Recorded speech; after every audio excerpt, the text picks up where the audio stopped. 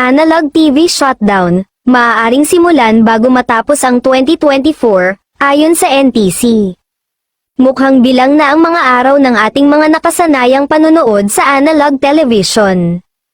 Ito ay matapos ihayag ng National Telecommunications Commission o NTC na maaari nilang simulan ang analog television shutdown bago matapos ang 2024.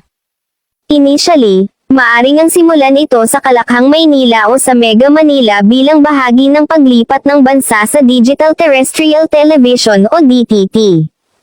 Ang NTC, kasama ang Department of Information and Communication Technology o DICT, ay nasa pag-uusap na kasama ang kapisanan ng mga broadcaster ng Pilipinas o KBP at iba pang stakeholders para sa nakatakdang implementasyon ng planong unang hakbang sa pagpapatigil sa analog TV signal sa NCR. Ayon kay Alvin Blanco, Deputy Commissioner ng NTC, nakapaloob din sa kanilang usapan ang target date para sa analog shut-off o ASO sa Kamaynilaan. Bilang bahagi ng paghahanda, itinalaga ng DICT ang Kantar Media Philippines bilang service provider sa pagkuha ng media research para sa DTT household penetration.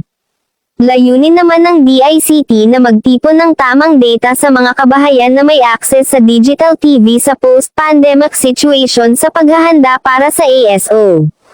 Ang ASO ay isang proseso ng pagpapatigil sa analog terrestrial transmission at ang paglipat sa digital TV signal.